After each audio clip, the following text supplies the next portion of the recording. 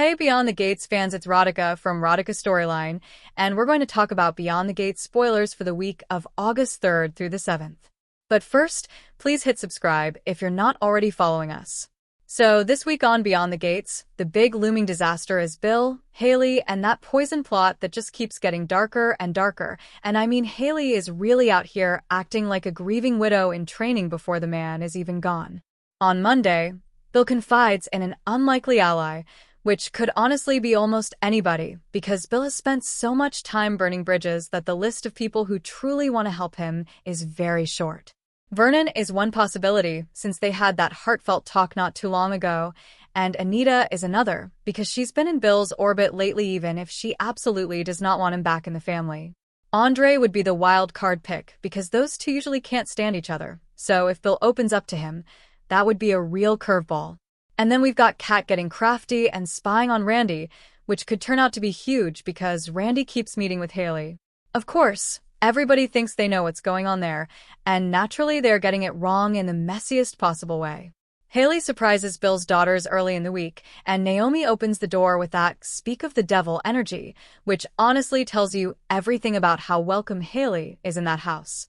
Chelsea is just as blunt, asking Haley what she's doing there, and good for her, because somebody needs to say it out loud. Danny and Vanessa are also getting suspicious, and they compare notes with Anita because they think Haley is cheating on Bill.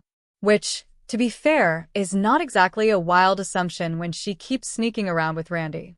The funny part is that Randy is not her side piece at all, he's her cousin, but somehow the real truth is even worse because instead of an affair, it's a murder setup. So, congratulations to Haley on making infidelity look wholesome by comparison. Now, over with Mona, Joey, and Randy, things get weird in that very soapy way that Beyond the Gates loves. Mona hustles Joey and wants to play cards with Randy's immortal soul on the line, which is such an over-the-top little wrinkle, and honestly I loved that. Church lady Mona may be feeling confident, but Randy knows better than anybody that Joey is not the kind of man who just shrugs and lets people walk away. Mona putting her hand on Randy's and thinking she can outplay Joey feels brave, reckless, and maybe a little tone-deaf given the danger level. Randy's life is literally on the line, and Mona seems to be treating it like a social club challenge. And then Tuesday rolls around, and Haley is forced to pivot when Bill gets new health information. That is huge because Haley had a plan, and it was a very specific, very sinister plan. She wanted Bill in St. Bart's, so she could finish him off far away from Fairmont Crest and the DMV, where there would be less scrutiny and fewer familiar eyes on them. So if she now has to change course, that means Bill's condition or treatment may be shifting in a way she didn't anticipate. And anytime a schemer has to improvise, that is usually when the cracks start to show. Naomi is snooping, Chelsea is asking Caroline questions at Bill's office, and Kat wants Tomas involved too, even though he may not want to touch that marriage drama with a 10-foot pole. Honestly, fair. Poking around your boss's toxic marriage is how you end up unemployed and stressed. Meanwhile, Nicole gets a surprise from Kyle, and this triangle or maybe situationship with Carlton is getting more awkward by the minute. Carlton tells Nicole she can rest in his arms, which is smooth enough, but she asks for a rain check. And why?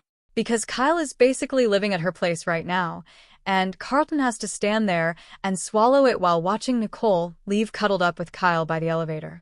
That man is jealous, mad, and trying not to lose it in public. Which means, of course, he is definitely losing it in private. Wednesday keeps the mess going because Leslie tries to embarrass Nicole in front of Carlton at the Fairmont Crest Country Club, and wow, Leslie really does not do subtle. Her line about Daddy's getting laid by darling Nikki at the Comfort Inn and Suites is so outrageous, so nasty, so completely unglued that you almost have to admire the commitment to the bit. Leslie is lashing out because Ted chose Shanice and loves her, so she's got that scorched earth energy now, and Nicole just keeps ending up in her line of fire. It's ugly, it's public, and it's exactly the kind of country club chaos this show does well. And then Tyrell's plan goes sideways. Martin chews him out. Smitty is right there, and Tyrell finally explodes. Martin tells him he is not going to have to do his way through college, and Tyrell snaps that he is tired of hearing what everybody else wants him to do. He reminds them he is 18, storms off and throws out that "my bad," which really means nothing is fine. That whole situation feels like a pressure cooker, and Tyrell seems one bad turn away from making an even bigger mistake. Now, Anita gives one of her daughters a deadline, and I'm guessing that connects to Danny and Bill because that issue just will not die. Anita is also frustrated at the piano this week, literally banging on it while Vernon watches with concern, and that tells me she is feeling overwhelmed on multiple fronts. Vernon also meets with Isaiah, and we all know they have Eva in common because of that Banacre connection, so naturally Eva is hanging over that conversation. And then comes the really awful part.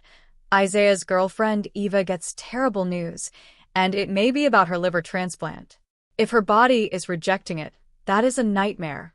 We got hints last week that she was not feeling right, but she kept brushing it off, and that is classic soap behavior before the real medical disaster lands. Thursday brings Danny shaking Randy down for answers, and I am very curious how Randy handles this because Danny thinks he and Haley are lovers. Joey was allowed to think that too, and now Randy may have to decide whether to stick with that lie or risk exposing the much darker truth. And honestly, pretending to be the side guy is bad enough, but admitting you helped cover a murder plan is obviously worse. Bill and Chelsea are also arguing about Haley, and that tells me the walls are closing in on Haley's little reign of terror. Leslie argues with Ted about Eva, which may connect directly to Eva's terrible news. Andre's stalker from the past makes her presence known in a bigger way after already sending champagne and spying on him and Danny, so whatever this backstory is, it is escalating fast. Nicole and Carlton talk and reach an understanding, but let's be real, that does not mean everything is suddenly neat and resolved. Kyle still seems to be Nicole's favorite bed buddy, and Carlton wants more than she's willing to give. And then Friday is where it all threatens to blow up. Haley's plans start paying off, Bill collapses again at the office, and Caroline is there when it happens. Haley has been increasing the poison, pushing Bill to exercise, and basically doing everything she can to wrap up her con and get the money. But now Bill is in the law office, not on some remote island, and Caroline getting him help could be the worst possible outcome for Haley. Because if Bill goes to the hospital again, and Madison finally runs the right test, Haley could be doomed. Andre asks Smitty for help finding the stalker. Ted comforts one of his daughters who is freaking out, and that sounds more like Eve-related panic than anything else. Heather is lingering in the DMV and getting closer to Danny and Vanessa, which could be another loose end waiting to turn dangerous.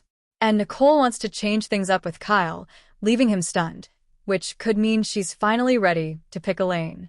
So, let's talk theories because this week is just loaded with them. First up, I really think Bill's collapse on Friday could be the beginning of Haley's downfall, not the end of Bill. That is where my head is at right now. Haley wants this neat, profitable exit where Bill quietly dies. She cries on cue, and then she walks away with a pile of cash. But soap villains almost never get the clean version of their crime, and Haley's plan is already getting sloppy.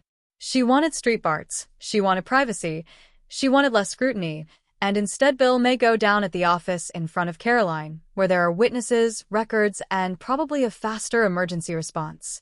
I suspect that matters a lot. If Bill lands in the hospital again, and especially if Madison gets aggressive about testing because this keeps happening, then Haley's poison game may not stay hidden much longer. And honestly, Haley forcing exercise on a man she is secretly trying to kill is so cartoonishly diabolical that it almost feels destined to backfire. I'm betting this collapse creates the exact paper trail she was trying to avoid. Next, I could absolutely see Caroline becoming the unexpected hero in this whole mess. She is right there for Bill when he collapses, and that placement feels intentional. Caroline also has that connection to Haley as one of her few real friends, which makes it even juicier. If Caroline starts noticing inconsistencies, or if Chelsea's questions earlier in the week get her thinking, then she could be the one who pieces together that Haley's behavior has been off. I wonder if Caroline will start reviewing the timing of Bill's episodes, what he ate, who he was with, or how Haley reacted each time. And if she does, Haley may have a real problem because it is one thing to fool a husband you are manipulating and quite another to fool a friend who knows your habits. Honestly, that would be deliciously ironic. Haley could get exposed by someone inside her own tiny circle. Another possibility is that Randy becomes the weak link and blows this thing apart. Everybody keeps circling him. Kat is spying on him. Danny is confronting him. Joey still has a grip on him. Mona is meddling around him. That is too much pressure on one character for nothing to happen. Randy knows Haley is poisoning Bill. Randy knows Joey is dangerous. Randy knows people are watching. Sooner or later, somebody in that position usually cracks. My guess is he either slips while trying to keep the affair cover story going, or he gets pushed so hard by Danny or Joey that he says too much. And honestly, once the truth starts leaking, Haley is in real panic territory because Randy knows enough to burn her all the way down. He may think he is protecting himself, but he is standing in the middle of a disaster with gasoline on his shoes. And here's another one. Naomi, Chelsea, and Kat may be closer to the truth than they realize, even if they are starting from the wrong theory. Right now they think Haley is cheating, which is a very normal soap suspicion. But that suspicion is still useful because it keeps them digging. Chelsea questioning Caroline, Naomi snooping, Kat tracking Randy. All of that creates movement. I could see one of them stumbling onto the poison angle by accident, maybe through meds, travel plans, strange timing, or Haley's overeager behavior whenever Bill gets sick. It's not a stretch. Sometimes the wrong theory is exactly what leads you to the right evidence. And Haley underestimating Bill's daughters feels like a mistake because those women do not like her, do not trust her, and are not going to stop looking just because she bats her eyes and plays the victim. And of course, there is the question of whether Haley runs if she senses the net closing in. That's a big one for me. If Madison gets the right test, if Caroline gets suspicious, if Randy starts wobbling, then Haley may realize the con is over. I wonder if she bolts before the arrest comes, and honestly the mention of Genoa City and Kyle Abbott makes that feel like a fun possibility to keep in the back pocket. I am not saying that is definitely where she is headed, but I could see the show dangling that crossover energy if Haley needs a fresh mark or an escape route. She is exactly the kind of chaos gremlin who would skip town and start plotting again before the ink is dry on the warrants. Now let's shift to Eva, because that storyline could become the emotional center of the week in a completely different way. First, I suspect the terrible news really is medical, and specifically related to her liver transplant. The show already seeded that something was off with Eva physically, and when a character keeps insisting they are fine, they are usually very much not fine. If her body is rejecting the transplant, that is devastating not just for Eva and Isaiah, but for Kat too, because Kat literally gave part of herself to help Eva live. That would make this a crushing storyline across multiple families. I'm betting Ted comforting one of his daughters on Friday connects to this. Because if Eva's condition worsens, emotions are going to spill everywhere. Next, I wonder if Eva has been hiding symptoms longer than anyone realizes. That feels possible to me. She may not have wanted to worry Isaiah, or she may have hoped it was nothing, or maybe she has been scared to admit that something is wrong after everything she has already survived. That would explain the hints last week and the heavier fallout now. And if Isaiah learns she kept the truth from him, that could add another layer of heartbreak. Not because he would stop loving her, but because he would feel shut out during something life-threatening. Honestly, that's the kind of conflict the show likes, emotional, messy, and grounded in fear rather than malice. Another possibility is that Leslie and Ted's argument about Eva blows old wounds wide open. Leslie does not exactly handle pain with grace. She gets nasty, public, and berserk, and if Eva is truly in danger, Leslie may lash out at everybody in sight. Ted, meanwhile, will probably want to focus on supporting Eva, which could set Leslie off even more if she feels sidelined or powerless. I could see this turning into a blame game fast. And when families start assigning blame during a health crisis, things get ugly in a hurry. And last but not least on the Eva front, I think the difficult truth Eva shares with Isaiah later in the month may connect directly to this news. Maybe she has known more than she admitted. Maybe she is scared the transplant is failing. Maybe she has been keeping quiet about symptoms because she does not want to go through another medical nightmare. Whatever it is, I do not think the week's bad news will wrap up neatly by Friday. I think it opens a bigger, sadder arc. Now, over to Andre because his stalker storyline is suddenly turning from weird to genuinely dangerous. First, I suspect Andre has been hiding more from Danny than he wants to admit.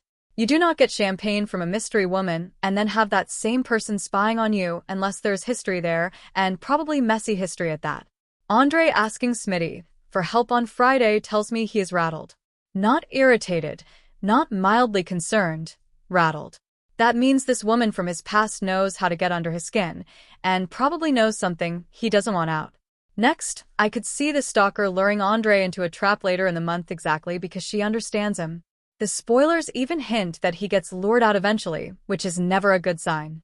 And honestly, when someone from the past makes a dramatic return and starts escalating in stages, champagne, spying, making her presence known, that is classic soap predator behavior. She wants control. She wants attention. She wants him unsettled before she makes the real move. My guess is Andre tries to handle it quietly at first, and only gets Smitty involved when he realizes it is bigger than he can contain. Another possibility, and this one is messy, is that this crisis pushes Danny emotionally back toward Bill while Andre is consumed with his own danger. I am not saying Danny suddenly forgets who Bill is or what he has done, because no. But if Andre starts feeling secretive and unstable while Bill is sick and vulnerable, the emotional lines could blur a little. That would be complicated, ironic, and very on-brand for this show. I could see it happening, especially if Danny starts feeling like Andre is shutting her out just when she needs honesty. And then there's Nicole, Kyle, and Carlton, which is not murder-level dark, but is still juicy in its own right. First, I suspect Nicole may finally be getting tired of juggling the emotional expectations. Kyle seems comfortable, maybe too comfortable, and Carlton wants more than she is ready to give. So when the spoiler says Nicole wants to change things up with Kyle, and he is stunned, that sounds big. I wonder if she is pulling back, setting boundaries, or even deciding she wants something more serious and less casual. And if so, Kyle being stunned suggests he did not see it coming, which honestly makes me think he got a little too cozy.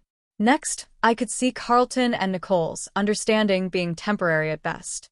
He may agree to the terms now, but jealousy does not vanish just because two people have a calm conversation near an elevator. He watched her leave with Kyle. That image is not going anywhere. So, even if Carlton plays it cool, I think the triangle is still alive and ready to flare up again. And since there really is a whole second storm brewing elsewhere, I have to mention Tyrell. So, Tyrell snapping at Martin and Smitty feels like the start of a bigger rebellion. Not just one bad day. Jessica dumping him later this month adds to that feeling. He sounds overwhelmed, cornered, and desperate to prove he has grown, which is exactly when young characters make choices that blow up in their own faces. Honestly, this could get rough before it gets better. My clear prediction is this. Haley's poison plot is finally going to crack open because Bill's Friday collapse happens in the wrong place for her and in front of the wrong people, and Eva's terrible news is going to be a real medical crisis, not a fake out. We'll see. Thank you for being a loyal listener. Follow us wherever you get your podcast because you don't want to miss the next episode. Radhika Storyline is on all the major podcast platforms including Apple Podcast, Spotify, iHeartRadio, and more.